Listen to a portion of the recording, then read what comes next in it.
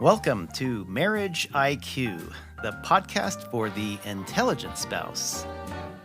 I'm Dr. Heidi Hastings. And I'm Dr. Scott Hastings.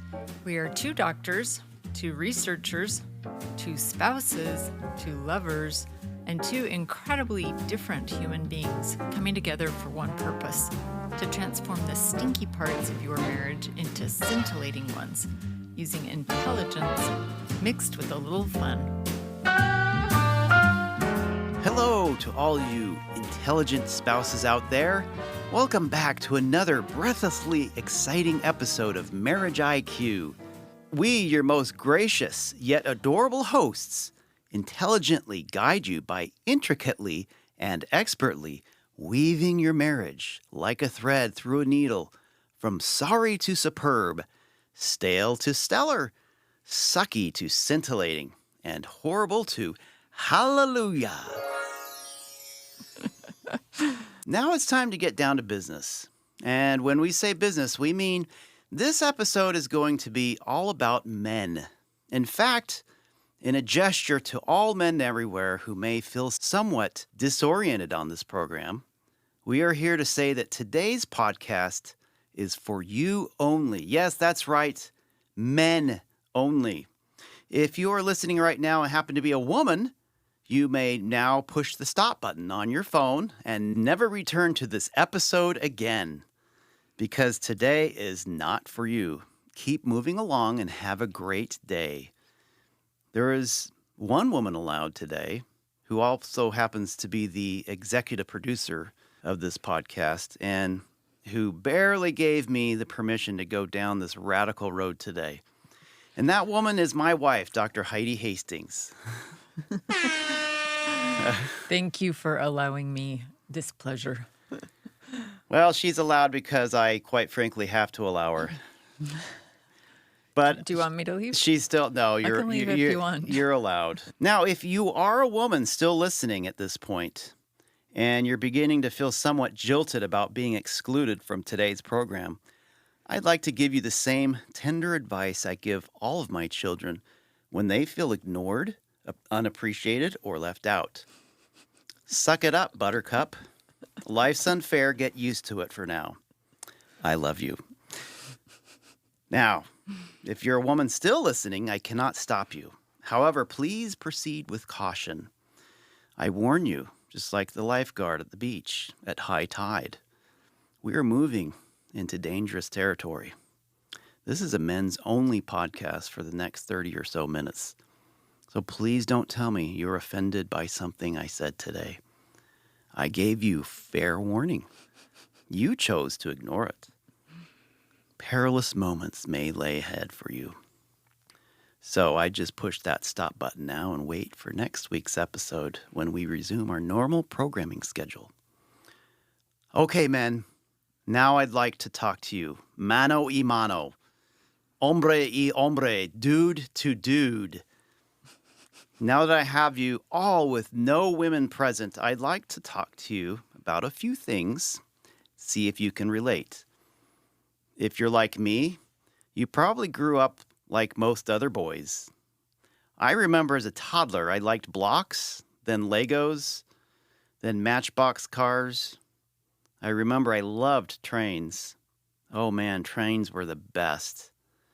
I remember a train set our family got from Santa one Christmas. I think I was 6 or 7 and remembering something like, man, this is the greatest day of my entire life. I remember dreaming of becoming a fireman when I grew up. And when I was about 8, that's all I could think about. I thought it was the absolute coolest thing a boy could possibly do. I loved tricycles, big wheels, and making forts in the living room. I loved Saturday morning cartoons and running barefoot down the sidewalk on hot summer afternoons. I remember grape and cherry snow cones, blue tongues, Lick-O-Mades, pixie sticks, and Chico sticks. Yep, that dates me. This was my childhood. Girls were these strange creatures who I never quite understood. They always seemed to be just really weird, incessantly pretending that this doll is actually a baby, feeding, changing it, playing house, to me it was boring and pointless. Hmm.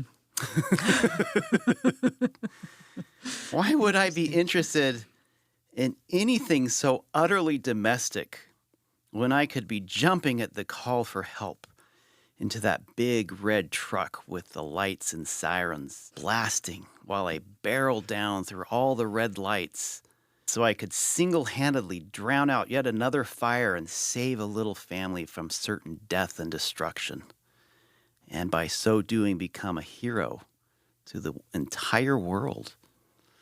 Yes, my childhood. I have 3 sisters, one older, 2 younger than me, and my mom. So I've always been exposed to females over my life.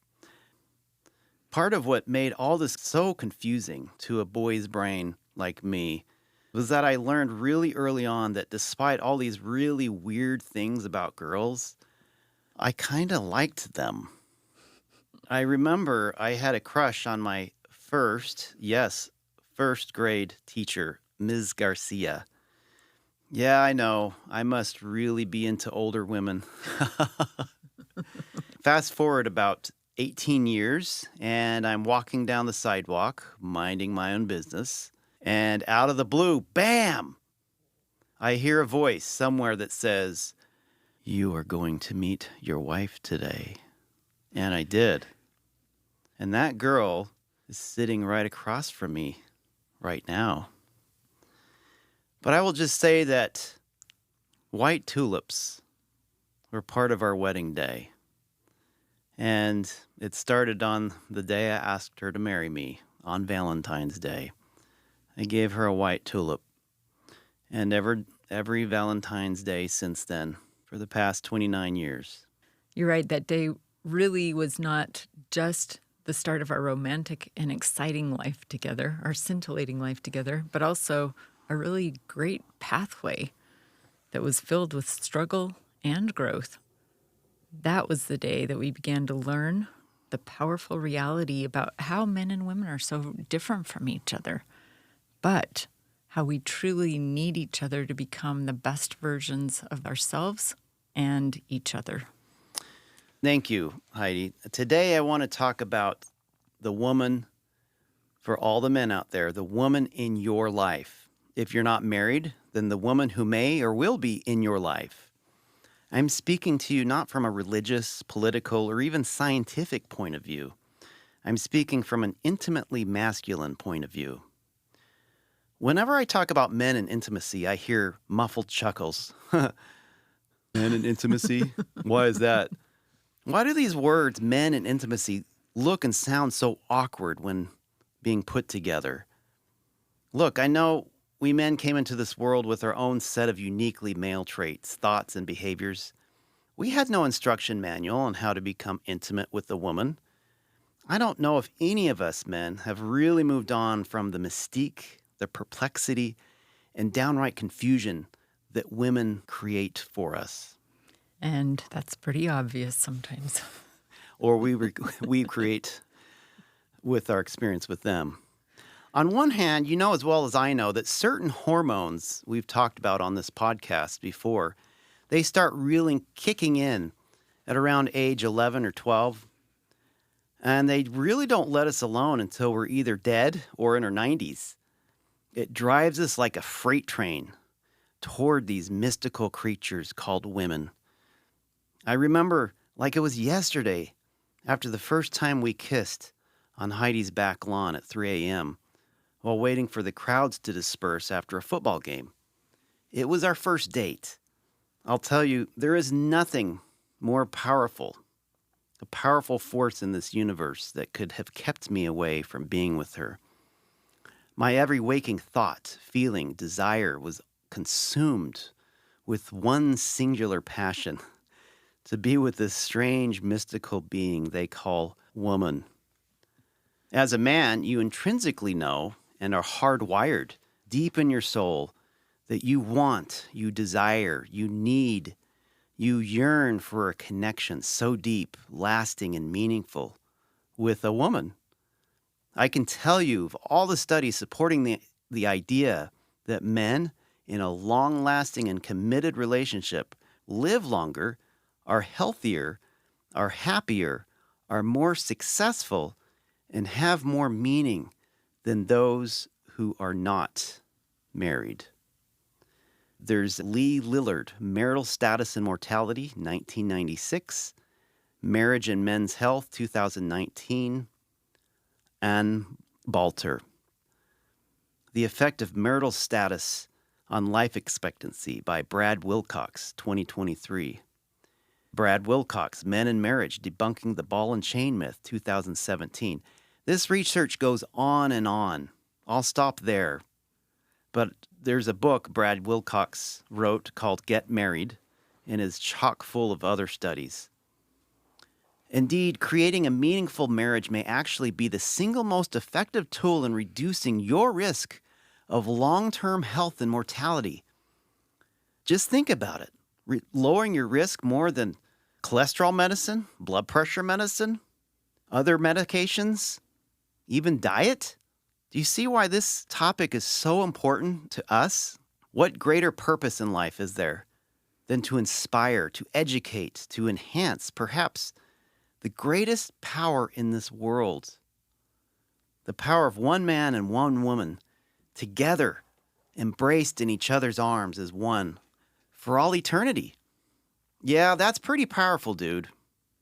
Speaking of power, we talked about power in episodes 9 and 10.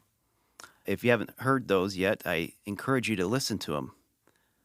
Feminine and masculine power. Let me tell you a little bit about feminine power. I guess the word on the street is that women are the weaker sex. I remember going to the gym a few months ago, trying to prep for this hike to the Grand Canyon. And I saw this middle-aged woman on the stair stepper, just looking like she's not really doing much. I'm like, oh, wow, I'm going to try this because Heidi said I need to try it for the Grand Canyon. So I started doing it, and I put it on the same setting that she had, and within 3 minutes, I was dying. And sweating. And sweating, and my heart rate was literally like 160. And she wasn't even breaking a sweat. I was like, holy sh... Yeah, women are tough. So, men, you are likely to be physically bigger and stronger than your wife. Respect your body by respecting hers. That means when she says no, that doesn't mean yes. That means no, period. Real masculine men know this and they respect it. Every woman in a committed relationship deserves their own special red carpet experience from their man. That means opening doors for her. That means sitting with her. I mean, really sitting, listening and interacting. Being present. Being present. That means recognizing everything she does for you. That means cooking dinner, washing dishes, bathing the kids while she watches her favorite TV show.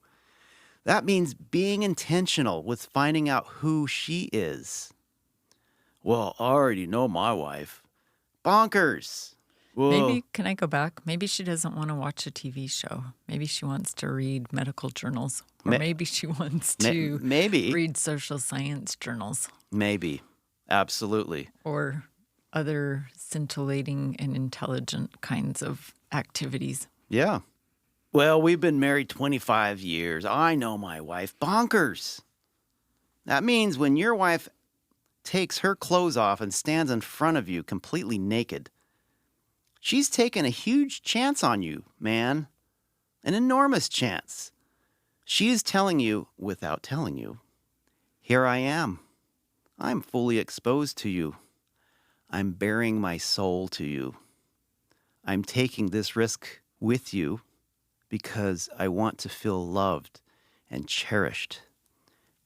Please love me, hold me, caress me. Fill my soul with your soul. Please be tender.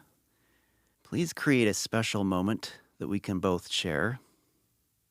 Remember, you are breathing rare air here, man.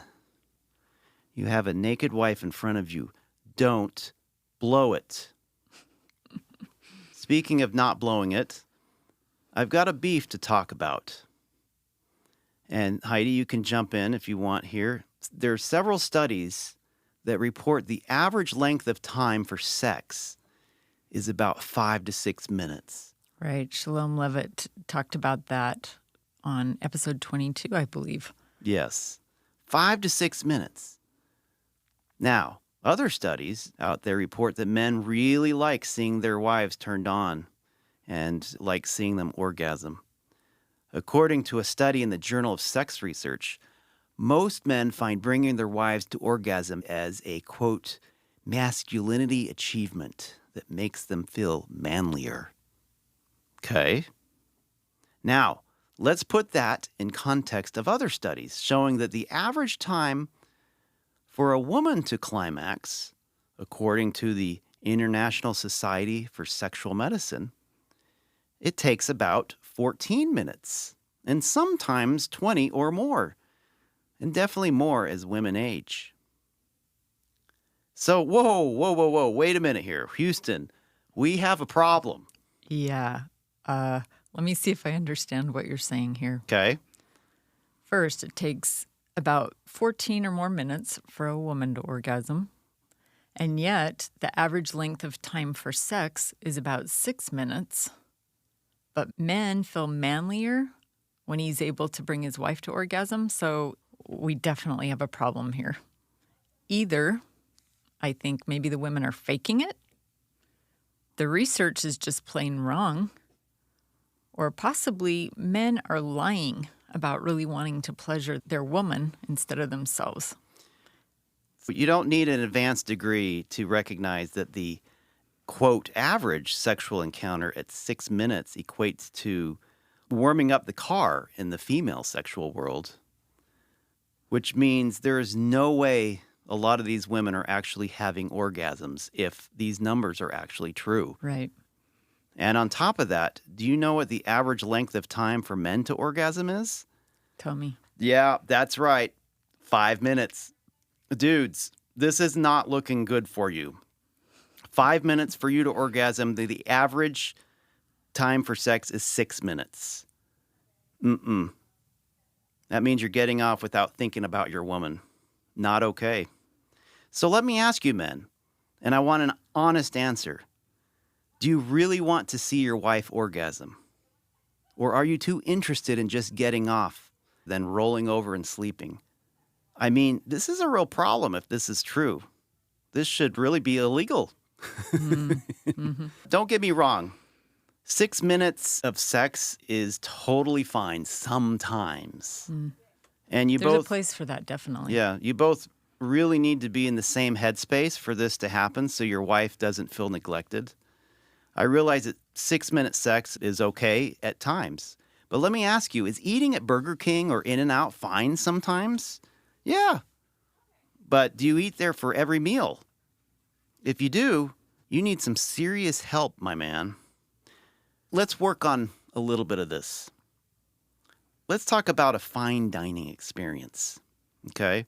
Instead of Burger King or In-N-Out or Chick-fil-A, whatever, pick your favorite.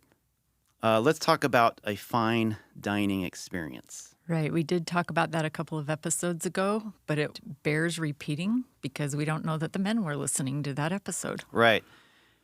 Let's talk about sensate touch. This is going to be new for a lot of you. A sensate touch is an activity that allows you to slow down, slow way down. You're being intentional about your touch. Very light touch. One finger, the pad of your finger, going down very slowly the parts of your wife's body on her skin, avoiding, at least initially, the erogenous zones. Right. It's only going to be arms, chest, back, legs, abdomen, feet. Very slowly, very light, one finger touch. Set a timer for 20 minutes, very, very slowly on your wife's body. Scott, I remember learning about sensate touch for the first time when I was training with Dr. Shalom Levitt in her sexual mindfulness project.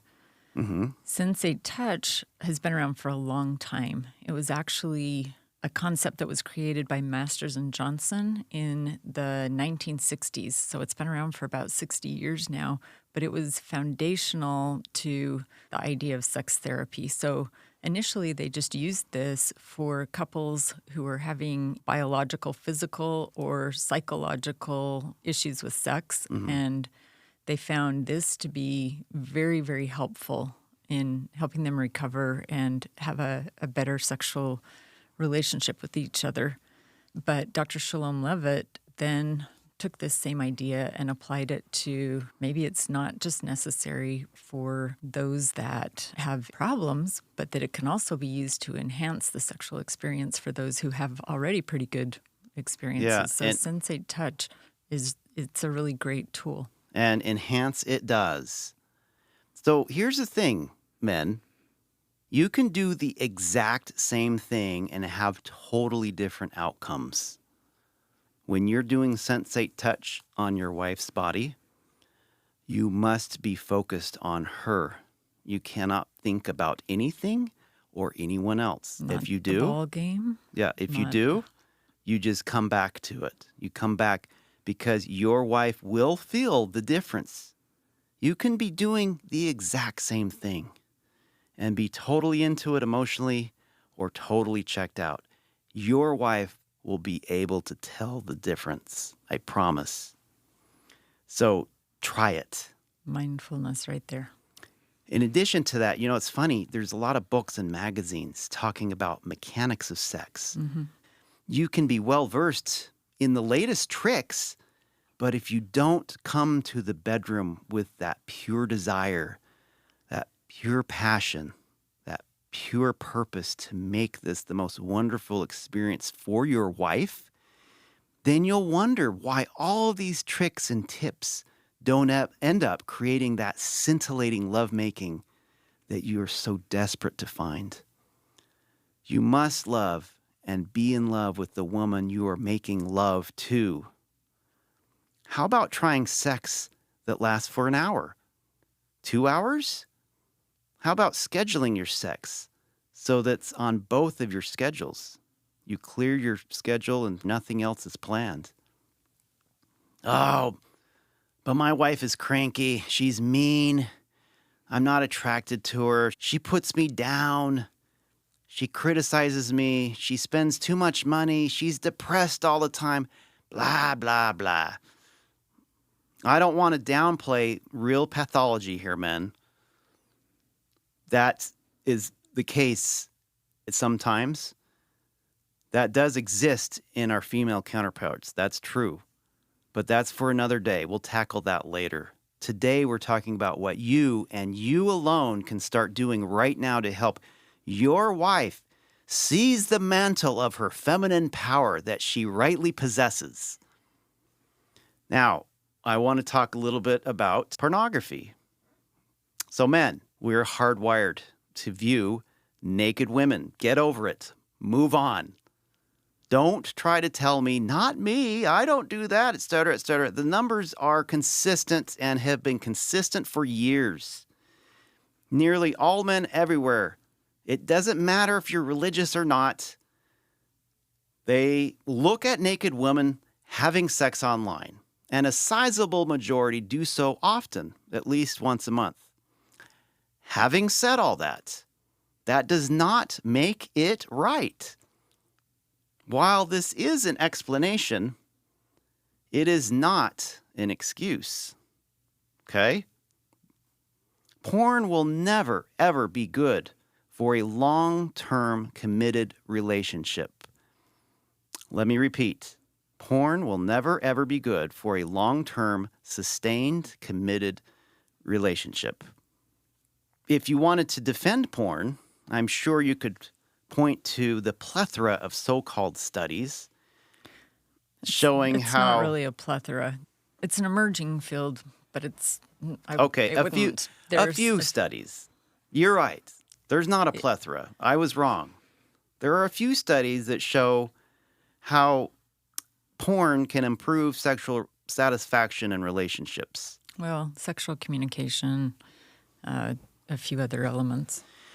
However, you also might note that most of these studies, these few studies, were conducted on college students engaged in short-term relationships. Interesting. Are you kidding me? But Horny then they- college students with a boyfriend or a girlfriend? They throw in, a couple of 30 or 40-year-old college students to make the average age bump up a little bit. So let's turn to the Archives of Sexual Behavior, 2020. This is a meta-analysis. If you don't know what that is, that's a study of studies. And we try to get patterns out of all these studies. In this case, it's done by Samuel Perry. They looked at 30 national surveys over 40 years from 1973 to 2018 on pornography and relationship quality. And I quote, "For married and unmarried Americans alike, pornography use was either unassociated or negatively associated with nearly all relationship outcomes. Pornography use was never positively associated with any relationship quality. Viewing pornography is nearly always a signal of poor relationship quality for men and women." Unquote. I could go on, but I think you get the point. Viewing other people having sex simply cannot and will not strengthen your committed monogamous relationship over the long-term period. Please don't fool yourself into thinking that porn will be good for your relationship. Porn sex is performance-based, has zero true intimacy. It creates self-worth problems. It's distorted, creates distorted perceptions of what true love really is. True masculine intimacy means showing up for your wife day after day, week after week, month after month, year after year. You are present. You're here with her right now. I know it can be tempting to think of quick solutions to her problems so you can get back to work, right? But guess what? She doesn't usually want a quick solution. She wants to know that you are emotionally invested enough in this relationship that you're willing to talk with her. Yes. Do you agree with that? Yes, she wants you all in. She wants to know that you are into her. Right. You agree? Absolutely. Remember, men, your wife is the one who has to menstruate every month. And she doesn't get to choose this, by the way. This includes pain, cramping, bloating, nausea, bleeding what seems to us guys an inordinate amount of blood. Your wife is the one who does the equivalent of climbing mountains daily for 9 months. She gets to pass through the freaking valley of the shadow of death just so she can bring your child into this world. Then she gets to be rewarded for that effort by leaking from just about every orifice for months after that. That's not all, men. Most of them work. They go to work on top of all that so they can help pay the bills, stuff that you spend. I don't have any earthly idea why they do this. I don't know. Why do they all do all these? And they make dinner every night. They put the kids to bed. I don't know. I think it has something to do with those dolls and playing house at age 5. I think it's hardwired in their DNA. They want to be with you, with your hardwired DNA, to be desired, loved, to yearn, to give and to take in a lifelong union between two people in a marital relationship that really means something. You know, I saw a video on YouTube. It's called All About the Nail, I think. We highly recommend that one. Just look it up. Yep. You're going to laugh. All About the Nail, a man and a woman in a relationship. Just watch it. Watch it and laugh. Think of me. All right. Man, it's quiz time. I want you to take the Marriage IQ Masculine Intimacy IQ test. Are you ready? That way you can see how far along the path you are to become the quintessential intimate male. Each yes answer gets 1 point, and then we tally them at the end. Are you ready? All right, number 1, there are 17 questions I'm going to go through. 1, do you know, mostly, who you are? Yes or no? Number 2, do you excitedly, not begrudgingly, think about your wife more than 3 separate times in a given day? Number 3, do you excitedly, not begrudgingly, call or text your wife at least once a day? Number 4, do you excitedly, not begrudgingly, make dinner, do the dishes, clean the kitchen, do the laundry or some other household chore at least 5 times per week? Number 5, do you excitedly, not begrudgingly, open your wife's car door and any other door when you go places? Number 6, do you understand the difference between the words excitedly and begrudgingly? Because awesome. it's really important. That's awesome. Number 7, do you ask your wife daily about how her day went, then listen with uninterrupted attention? Number 8, do you see your wife as a queen or a princess of the highest nobility who deserves all the strength, support, and protection you can give? Number 9, would your wife say that you're not a narcissist if she was asked? Number 10, do you go on weekly dates together to talk about your relationship and not children? Number 11, do you know how to read the room and get a sense for your wife's emotional state and then respond in a supportive manner?